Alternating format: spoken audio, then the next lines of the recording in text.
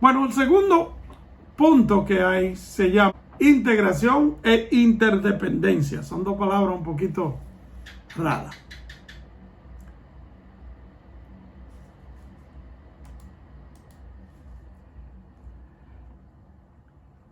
El estudioso del crecimiento debe considerar todo el panorama de la iglesia y verlo como un sistema completo que se compone de varios subsistemas relacionados entre sí.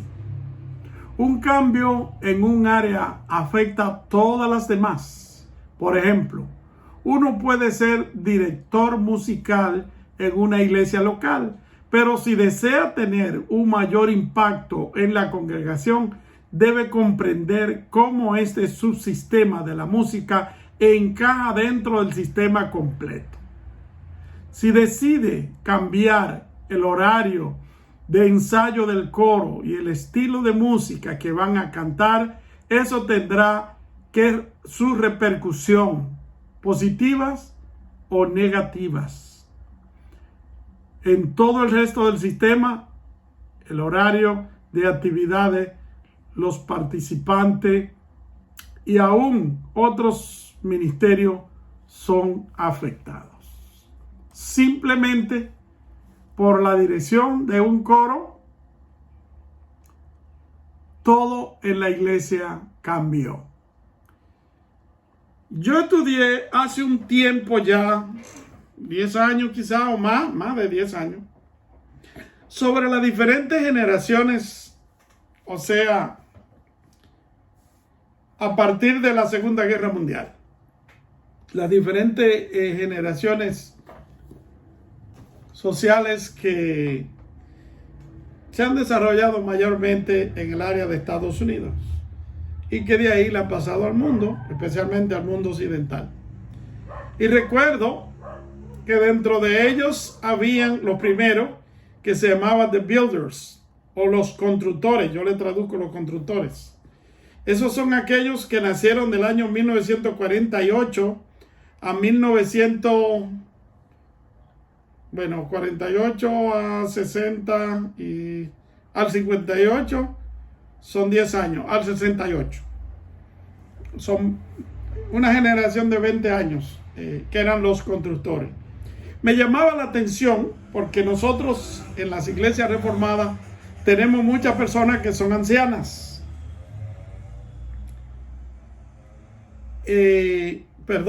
Los constructores estaban antes del 48. Esto era lo que estaban antes del 1948, porque lo que le hablé, estos son los boomers. Bueno, entonces como nosotros teníamos personas que ya, en aquellos tiempos que hablamos de eso, personas que pasaban de 80 años, que eran los builders, los constructores de Estados Unidos, queríamos saber cómo tratar con esa generación, porque de cierto es que ellos habían construido grandes templos, grandes catedrales, y ahora estamos en otro tiempo y prácticamente la generación siguiente lo estaba sacando a ellos de allí. Después de que ellos se fajaron a trabajar, ahora una generación viene y los ignora. Yo aprendí una cosa en eso, y era que cómo actuaban espiritualmente cada generación. Y esta generación actuaba espiritualmente de acuerdo a cómo se desarrolló su tiempo de trabajo. Después de la depresión norteamericana, en el 29 por ahí, los americanos comenzaron a edificar, que ahí es que viene el caso de los constructores, comenzaron a edificar de tal manera que decían, nunca más vamos a tener una crisis como la que hemos tenido, la Gran Depresión Americana de los 29 por ahí.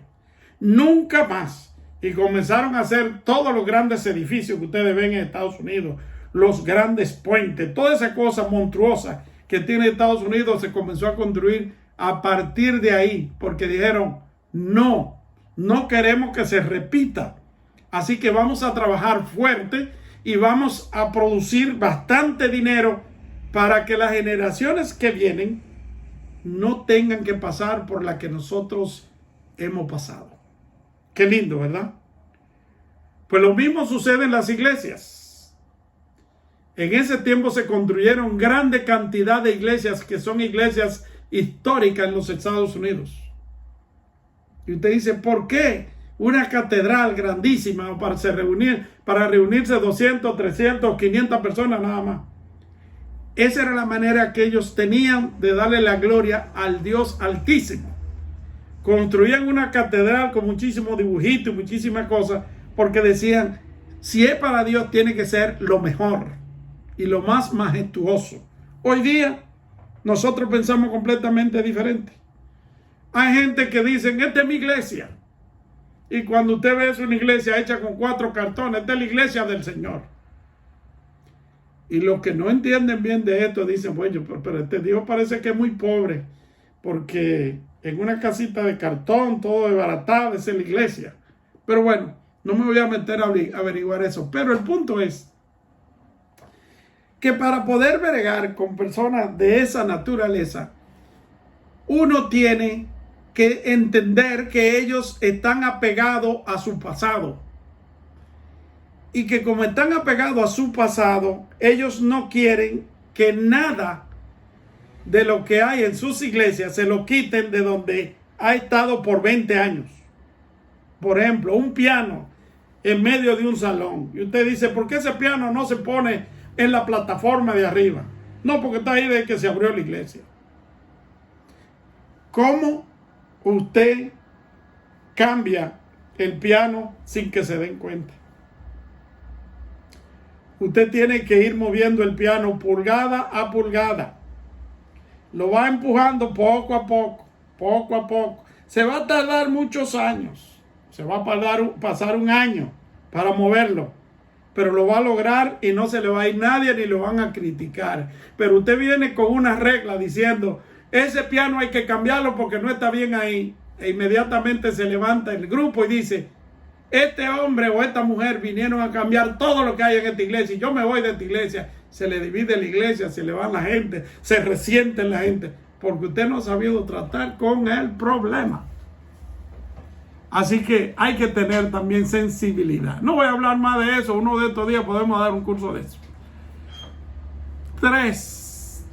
Propósito. Toda organización tiene una razón de ser. La iglesia local también tiene sus propósitos y sus metas. Algunas congregaciones, por ejemplo, han adoptado los 5 propósitos de adoración, evangelización, discipulado, comunión y servicio. Además, crean estrategias para desarrollar estos 5 elementos dentro de todo lo que hacen en su vida eclesiástica. Y ustedes saben eso. Esa es su visión. Todo va a rodar en ese círculo, tal como tenemos la gráfica aquí. Adoración, evangelización, discipulado, comunión y servicio. O de otra manera, servicio, comunión, discipulado, evangelización y adoración. Todo va a rodar en ese círculo. Yo pastoreaba la última iglesia que pastoreé en Canadá. Y el hijo mío era el instructor de música, él era el líder de música. Y formaron un grupo que se llamaban el grupo Ágape. La iglesia se llamaba Iglesia Ágape. Resultó que el hijo mío se descarrió un día y se descarriaron todos los músicos el mismo día. Fueron y formaron su conjunto y le pusieron Banda Bella. Y no quiere usted saber, esa Banda Bella se oyó en todo Canadá, en Estados Unidos, en muchos lugares más. Lo que la gente no sabía que eso era la música de la iglesia que yo servía, que se habían ido todos, dirigido por mi hijo, que se descarrió. Yo me vi turbado el domingo cuando llegué a la iglesia que no había músicos. Los músicos se habían ido. Y con dolor de mi corazón hice una oración y le dije, Señor, esta no es mi iglesia, es tu iglesia. Y mira cómo está la tristeza que se ve porque todos los músicos se han ido. envíame músico a la iglesia.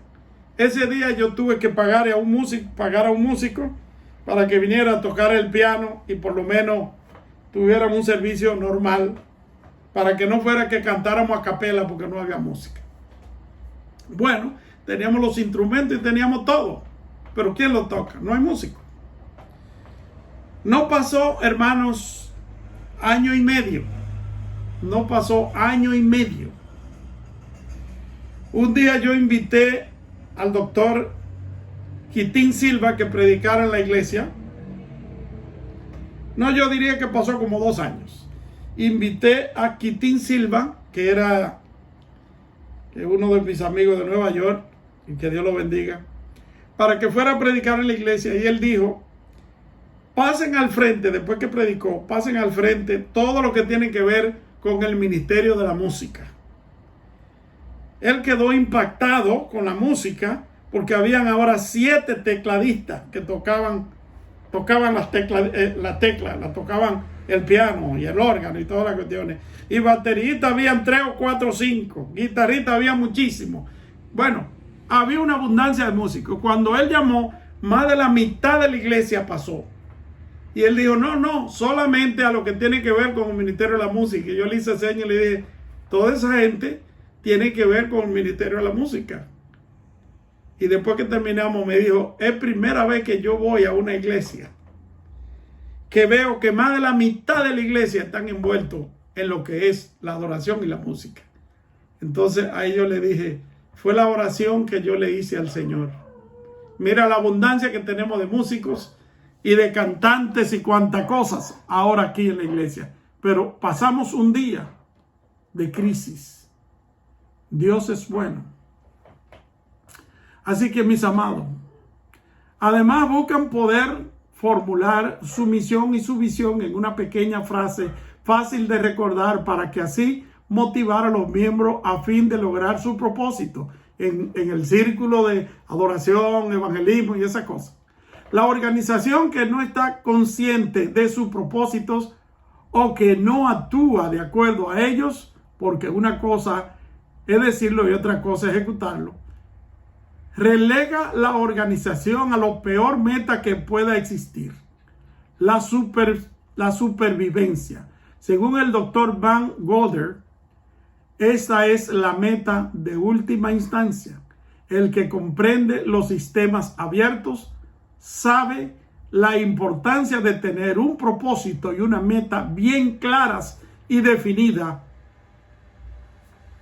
El que no planifica según sus propósitos, planifica fracaso o fracasar. Ustedes se están preparando o ya tienen iglesia, y esto es lo que hay que tener atención. Ejemplo de su propósito, de un propósito bien definido, sería una iglesia cristiana. La iglesia cristiana Príncipe de Paz tiene como objetivo en todas sus actividades glorificar el nombre de Dios, estableciendo una congregación dinámica y bíblica que haga discípulos que sirvan a Dios adorando, evangelizando, discipulando, confraternizando y sirviendo. Un ejemplo negativo sería el de aquel líder que actúa como si la iglesia local le perteneciera, cual un pequeño reino, y confunde los propósitos de Dios con los suyos propios. Cuando hay que tomar decisiones cristianas o críticas, decidirá en base a cómo saldrá afectado él personalmente, en vez de darle a la iglesia la prioridad. Seguramente ustedes han conocido personas así. El número 4 es la estabilidad o homosis. Todo sistema busca la estabilidad y resiste el cambio. De la misma manera que nuestro cuerpo resiste ejercitarse y correr distancias que no hemos corrido antes, la organización resiste el cambio a lo que no está acostumbrada, como le dije anteriormente. Esta resistencia se llama homosis, refiriéndose a que busca mantener el mismo purito estático en que él está en el momento. También le llamamos a esto el statu quo. Cualquier intervención como la de la gente recién evangelizada o de los nuevos líderes de la iglesia afecta el sistema que busca aguantar y resistir los cambios y mantener una cierta estabilidad. El orden y la monotonía son los valores que promueven la organización aun cuando hay cambios que pareciera ser provechosos. La cantidad de energía que uno pone para efectuar un cambio es la misma que la organización sostiene para mantenerse todo igual y resistir la alteración. O sea que cada acción tiene su reacción. Si empujamos 100 kilos hacia adelante, el sistema de iglesia local o la organización también tiene 100 kilos que nos empuja hacia atrás. Es por esa razón, mis amados, que no podemos vivir en estancamiento. Hay que renovar los sistemas continuamente, estar revisando, a ver lo que hace tiempo que ya no se usa en la iglesia. Sáquelo de los sistemas, porque si no se usa, hay una sociedad, por ejemplo, de ancianos, y hace 3 años que no se le ha visitado a ningún anciano. No necesita una sociedad de ancianos. ¿Para qué? Usted no lo está usando. No, que esté una sociedad porque fulano la dejó, pero no funciona. Y si no funciona, no está funcionando, ¿para qué tenerla en la iglesia? Hay que renovarse continuamente. El lema de la iglesia cristiana, de la iglesia reformada es: la iglesia reformada reformándose cada día de acuerdo a la palabra de Dios. La iglesia reformada vive reformándose cada día de acuerdo a la palabra de Dios. No quiere decir que se va a cambiar la palabra de Dios en ninguna manera. Pero si hay cambios que no afectan la palabra de Dios, se hacen.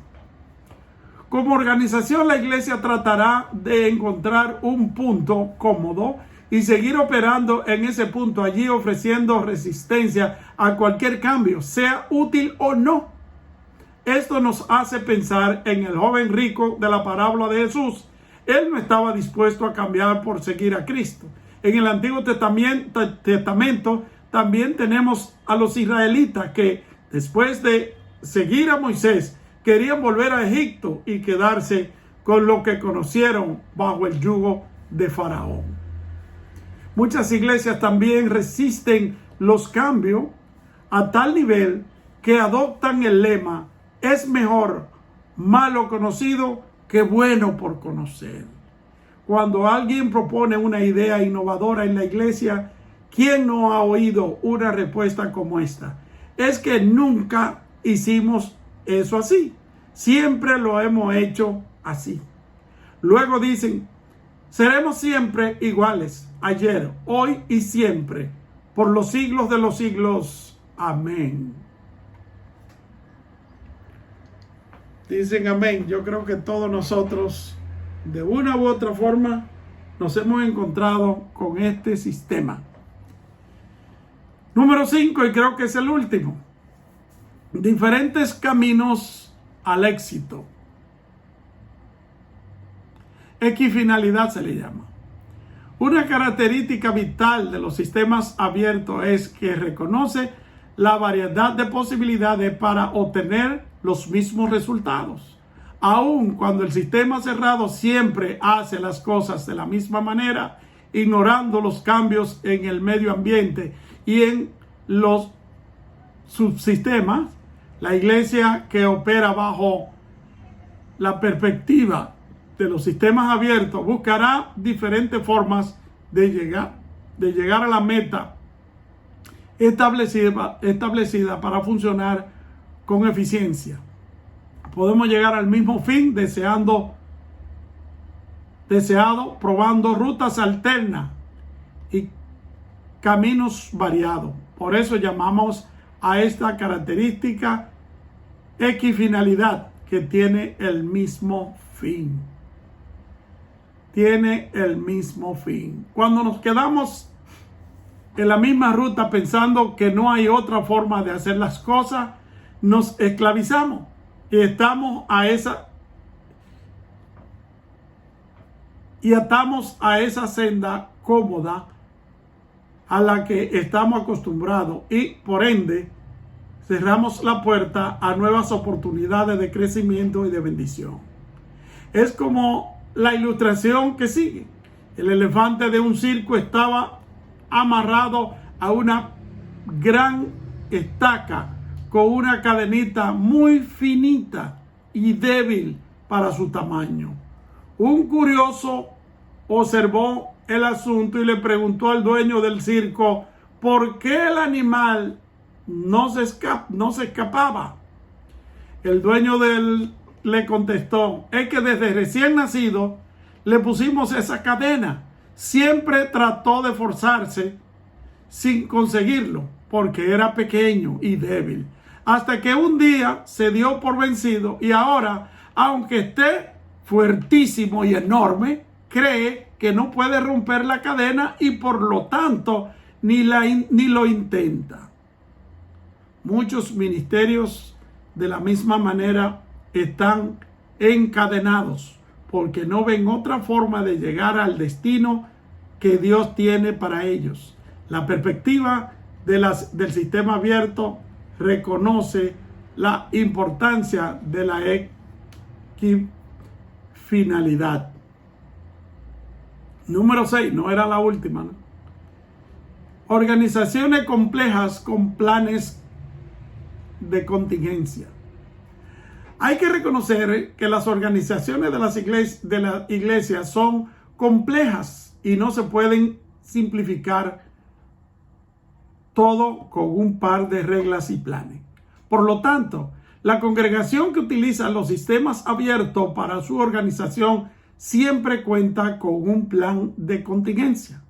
Tiene un plan alterno que anticipa los cambios que pueden ocurrir, que toma en cuenta posibles escenarios con los que tendrá que enfrentarse. Para comenzar, hay que recordar que los cambios inesperados pueden suceder tanto internamente como también en el contexto medio ambiente de la iglesia. Parte de la visión de la obra de Dios es juntarse, considerar la complejidad de la organización y preparar de antemano planes flexibles de contingencia. Planes flexibles de contingencia. Estamos esperando que la iglesia crezca y no tenemos lugar para sentar la gente que se van a convertir. La iglesia no va a crecer. Tenemos una iglesia donde hay asiento para 100 personas y ya tenemos 96 personas sentadas. Quiere decir que la iglesia no va a crecer porque solamente van a llegar 4 personas que hacen falta para sentarse en los 100 asientos. Estoy dando un ejemplo. No podemos nosotros esperar un crecimiento de la iglesia si no tenemos una contingencia preparada. Marcos y parámetros es la número 7. Todo tiene marcos y límites, sea la iglesia o cualquier otra organización. El local y la propiedad de la iglesia son uno de ellos. El marco organizacional es otro tipo de límite. Lo mismo se puede decir acerca de la historia, el liderazgo, la teología, la doctrina, los valores conscientes e inconscientes, las reglas internas, las denominacionales, el papel del pastor, la tradición eclesiástica, las costumbres y tantas cosas más. La clave para el progreso de una congregación yace en reconocer esos límites, saber cuándo expandirlos según su elasticidad y saber operar dentro de cada uno de ellos, el desarrollar los propósitos de la iglesia.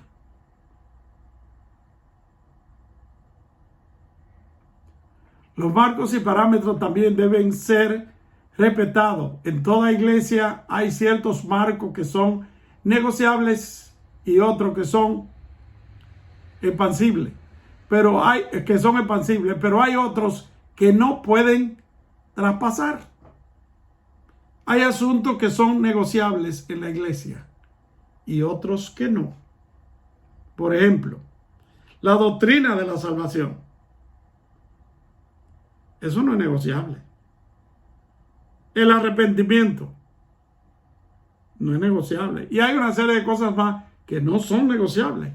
Pero de que las mujeres se pongan moños altos, moños bajitos, una falda corta, una falda larga, un pantalón, lo que sea. Todas esas son normas que se pueden cambiar. Lo que no se puede cambiar son aquellas cosas que son enraizadas en la palabra de Dios, que no admiten cambio. Cuando estos marcos y parámetros son comprendidos por los líderes y comunicados a la iglesia, se reducen las probabilidades de choques y conflictos. También es útil entender que cuando la iglesia crece, ciertos marcos obligatoriamente se extenderán. Ayuda mucho comprender estos procesos a la hora de introducir una nueva esquema sin quebrantar los linderos y marcos establecidos. Hemos introducido los sistemas abiertos como teoría de sistema organizacional aplicado a la iglesia.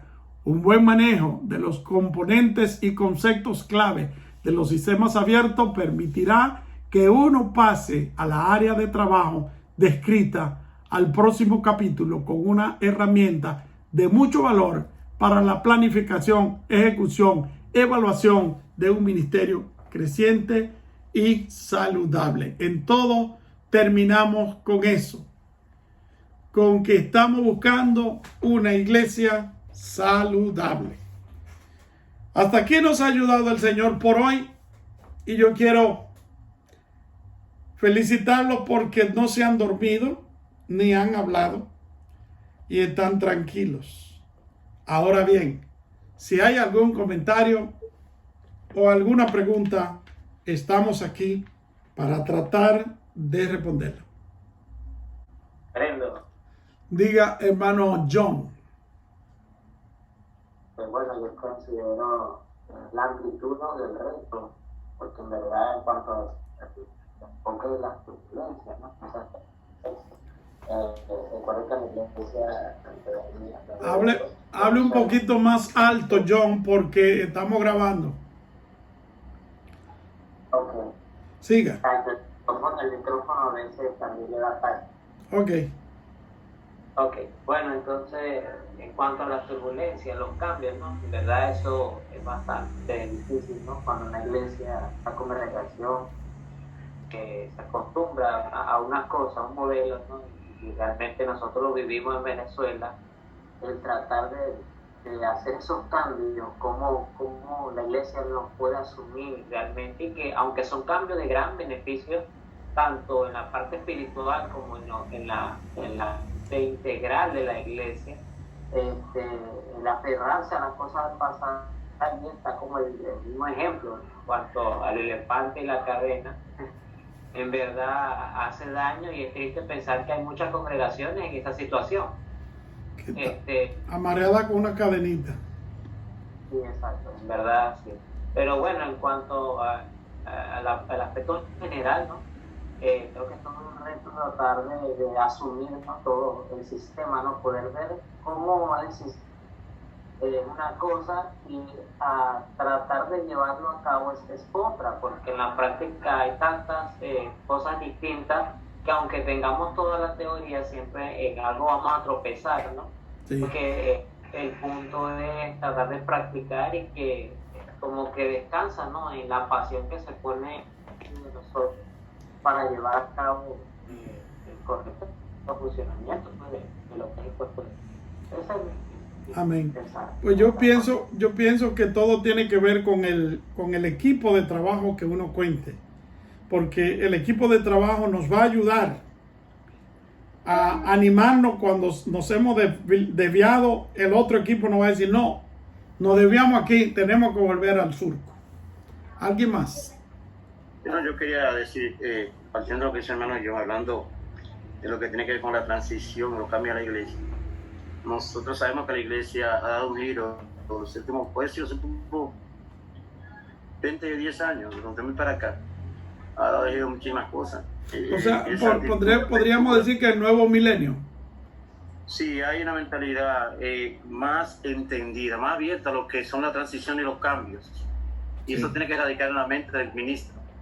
Sí. Y también buscar personas con esa mentalidad que entiendan que hay transiciones y cambios, que estamos en un tiempo, que lo fundamental está establecido. Nosotros defendemos, lo fundamental está en la iglesia, nosotros sabemos cuáles son los valores y principios de la iglesia, que defendemos esos valores, los establecemos y aceptamos que esta es una época de cambio, de transición, y que los cambios que se están dando son violentos, ¿verdad?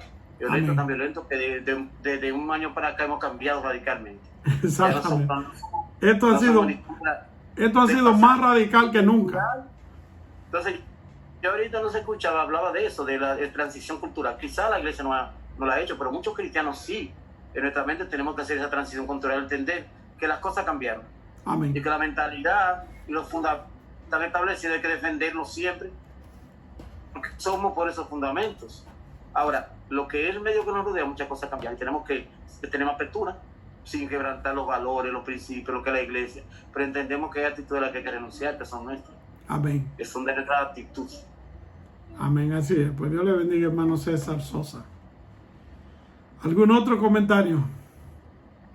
Sí, yo por ejemplo considero que como resumen los aspectos así esenciales de todo esto que se ha estado hablando de los sistemas abiertos en la iglesia, un aspecto muy importante que es esencial es sobre la importancia de tener claro pues, el propósito que Dios tiene en la vida de cada uno, como no, pues para el progreso, la edificación de la iglesia, eso es algo esencial, lo del propósito de Dios, tener claro la visión, la meta de lo que queremos alcanzar de la obra del Señor en nuestra vida, porque al fin y al cabo no es el propósito nuestro, es el propósito de Dios en nuestra vida, ya que Él nos usa a nosotros como obreros en su grey.